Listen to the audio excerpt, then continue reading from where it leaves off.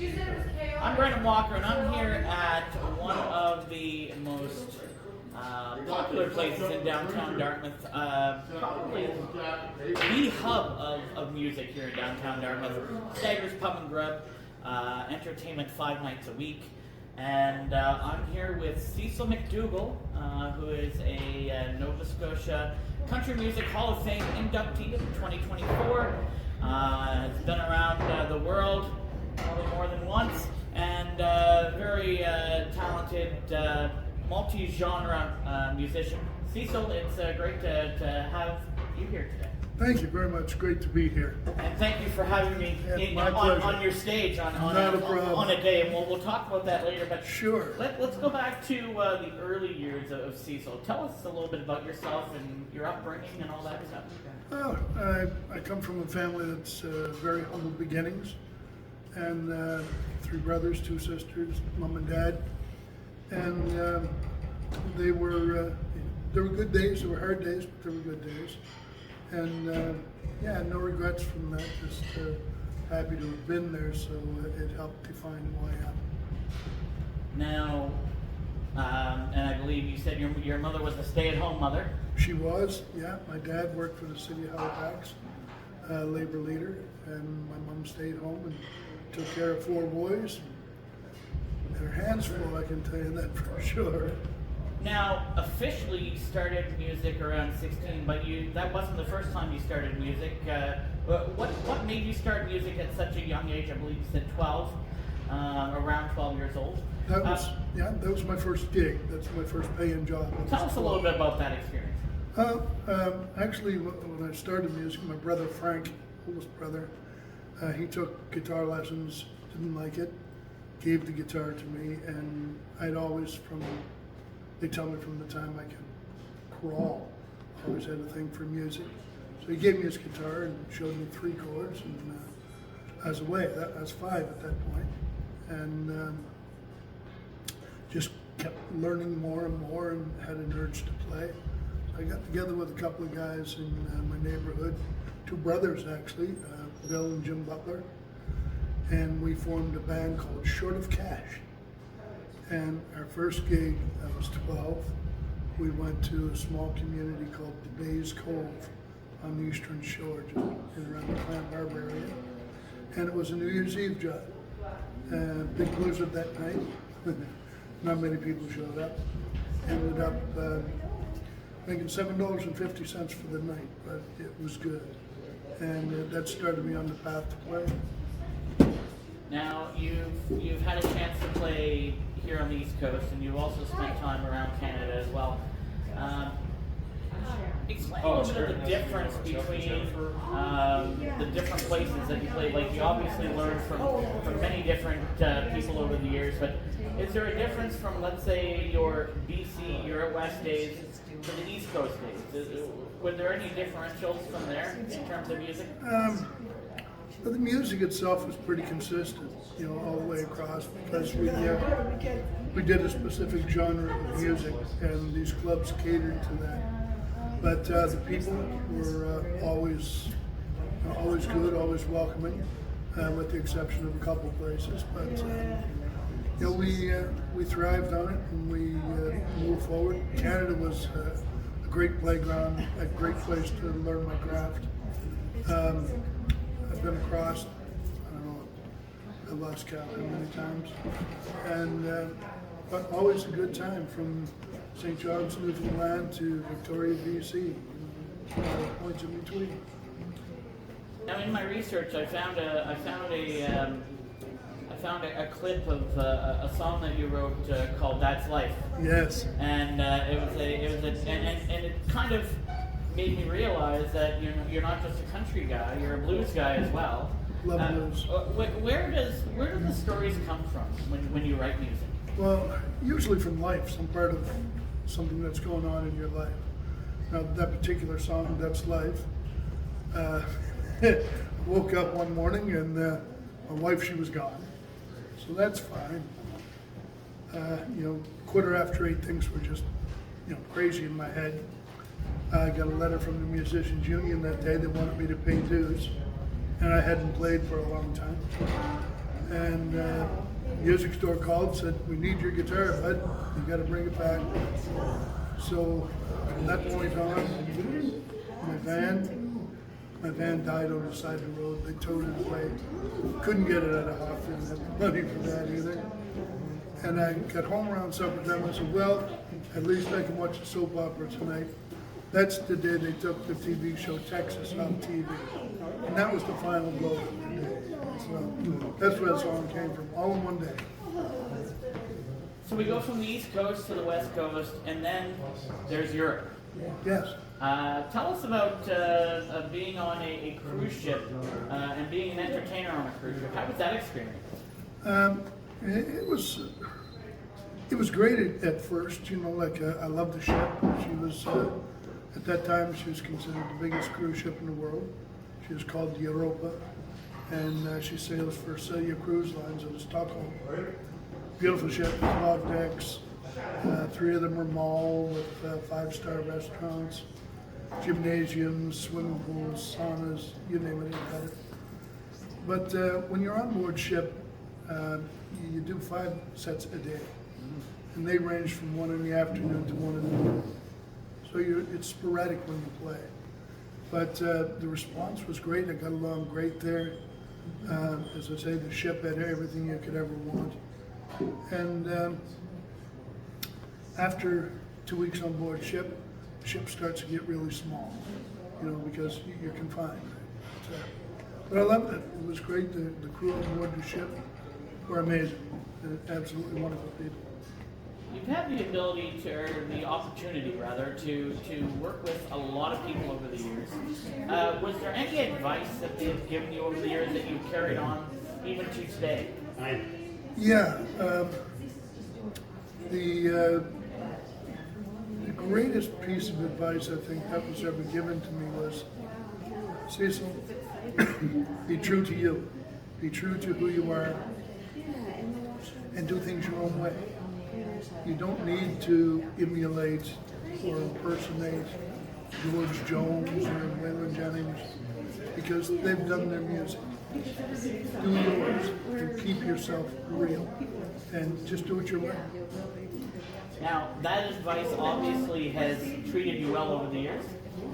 In 2024, you were the inductee to the Nova Scotia Country Music Hall of Fame, joining the likes of Anne Murray, Rita McNeil, Hal Lewis, Yes, Snow. Steve. How did it feel to be given such an honor? Very humbling. Excuse me. I don't categorize myself as a musician. I don't view myself as being any better than anybody else or any worse. I play my music honestly. I play it from the heart. So for that to be recognized and acknowledged by the Nova Scotia Country Music Hall of Fame was indeed an honor and a very humbling experience for me. Getting to network with such interesting folks. One of your most recent projects was Nova Scotia Calling, playing with the likes of Ruth Manning and Jeff Bonet. You recently had not only a live filming of that piece at Monty's, but you also had a live viewing of the finished product. How was both of those experiences, and what was it like to have such a great response coming from that project? Again, very humbling, but the people involved, like Roger Hamlin, who owns the production company that backed us and endorsed and helped us make it, was incredible. Initially, he approached me about writing a song about Nova Scotia. So I come up with 3 verses and a hook line, and through conversations with Roger, we both recognized that we needed something more. So we talked about it and we decided, hey, let's bring some other artists in here to represent Nova Scotia. It's not all about me. So we talked about Ruth Manning, who's an amazing writer, an amazing performer, who's won Josie Awards. Jeff Bonang, again, was a brilliant writer, good musician, and presents well. So then we decided, well, let's go a little further. So we reached out to Louise Emmanuel and Jackie Smith, who agreed to come on board as well. Then Robert Campbell and his wife, Kay Lynn, they come on board. So with all that, we ended up with 22 musicians on stage, 7 vocalists, and we filmed it at Monty's. We did the initial filming and recording at Rogers Studio with a lot of green room background. But we decided that we're going to take this live. So we got everybody together, went on stage, and we filmed it, recorded it, and it turned out great. So when we decided to release this, we invited everybody who was part of this to come out and share in the viewing of the release. So we had a great crowd for that. And with guys like Trip Hazard from Cobra FM coming out to do the interviews, and Arette from Monty's coming out. Just everybody got behind this. And I think the main reason for that is because from myself right on through, we're proud of Nova Scotians. We're proud of where we're from. We're proud of the people that we are. And we just wanted to represent that and share it with the world. And that's what we've done. And here we are, just after 1 p.m. on a Saturday afternoon. You taking your time just before a very interesting project, and we're going to talk about that next. We're here at Stagger's Pub and Grub, and I want to thank Amanda and her team for letting me do the interview here. You're doing the Songwriters Showcase. Tell us a little bit about where that came to be and how the response has been since it started. Well, when I finished on the road and come home, I seen a serious disconnect between writers, musicians. Everybody was sort of going in their own directions, and nobody was coming together as a group to get behind one another, to push our music. Nobody was doing that. It was just scattered to the wind, and that broke my heart. And I said, the talent that's here in Nova Scotia, Atlantic Canada, as far as that goes, is second to none anywhere in the world. I don't care where you go. Any place I've been, the musicianship I saw was incredible. Fantastic musicians. But here in Nova Scotia, we have a heart. There's a heartbeat to our music, and it projects through us, and you don't get it anywhere else. It's here. So I decided that, okay, I'm going to do something to try to amalgamate and bring together the writers and the talent here to show everybody just what we have. So I talked to Amanda, and she said, yes, I think that's a great idea, we'll get behind it. And God bless her for that. And the staff here at Staggers have been incredible as part of this experience. So I'm bringing writers in. The process is lasting 15 weeks. Out of each week, we're taking one artist to move forward. At the end of the 15 weeks, we're going to bring 15 artists together over 3 weeks, bringing one person forward from each week. It brings it down to 1 week. There'll be 3 artists. Those 3 artists will be on stage, present their music, and be critiqued. And everything is based on a point system. So whoever has the most points at the end of that day will move forward. That person will be taken to Hamlin Studios. We're going to record that person. We provide all the musicianship. We do all the recording, editing, right down to mastering, the whole deal. Roger has a green room at his house. And if the song lends itself to a video that's, tells a story and moves forward, then there's going to be a video for that person too. That video will be taken and put up on YouTube to offer this person to start to push the game. This is all done at no cost. This is all gratis. From what I'm doing, to what Roger Hamlin's doing, excuse me, to what the musicians who will play, everybody is on board with this because finally the musicians around here are starting to see exactly what it is and they're getting behind it at long last.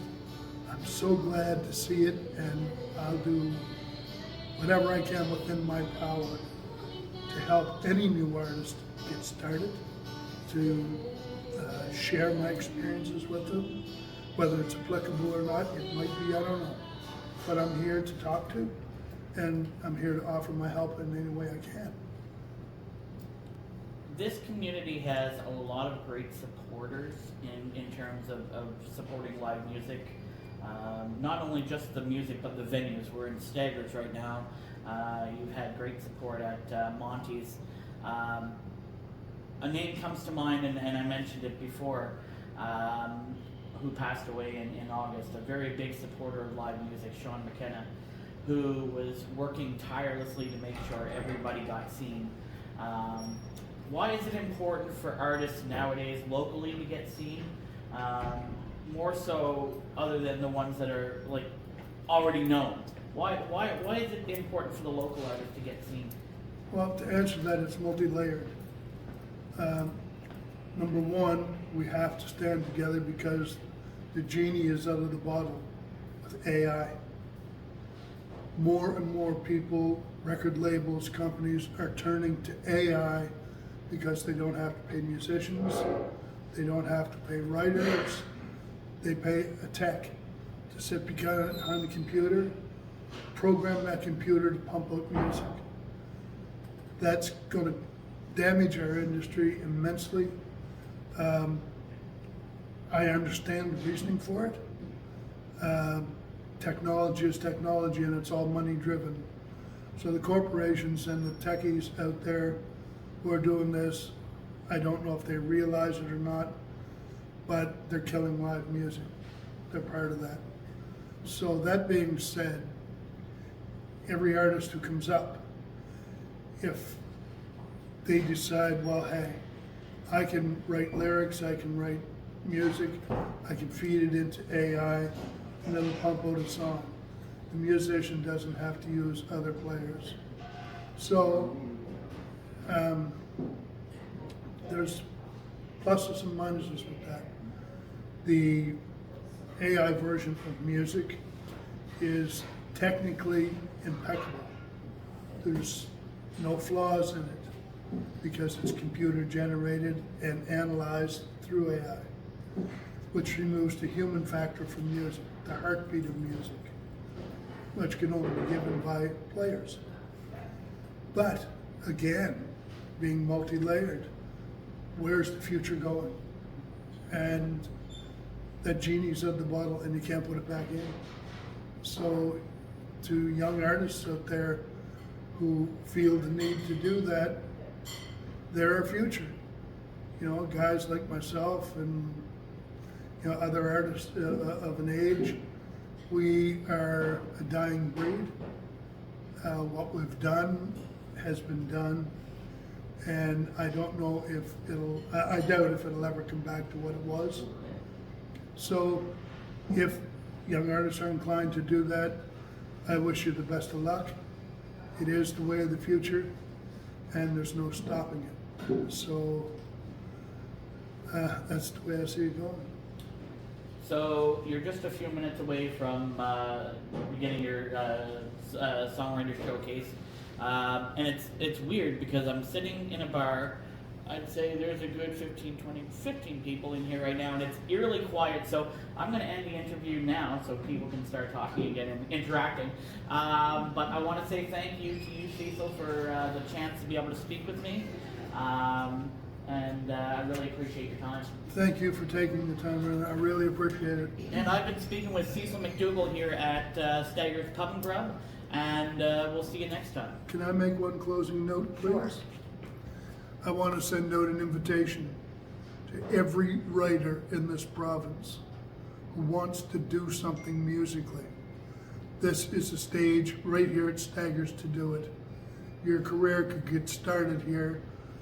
Your music is as good as you can present it, and I have a philosophy that you don't judge your own music, other people do that for you. You can't be constructive of your own music. You can be critical of it, but not constructive. So any writer out there that wants to get started to do something, come down here to Staggers, or you can find us online through Sharon Urbans. You can find her online.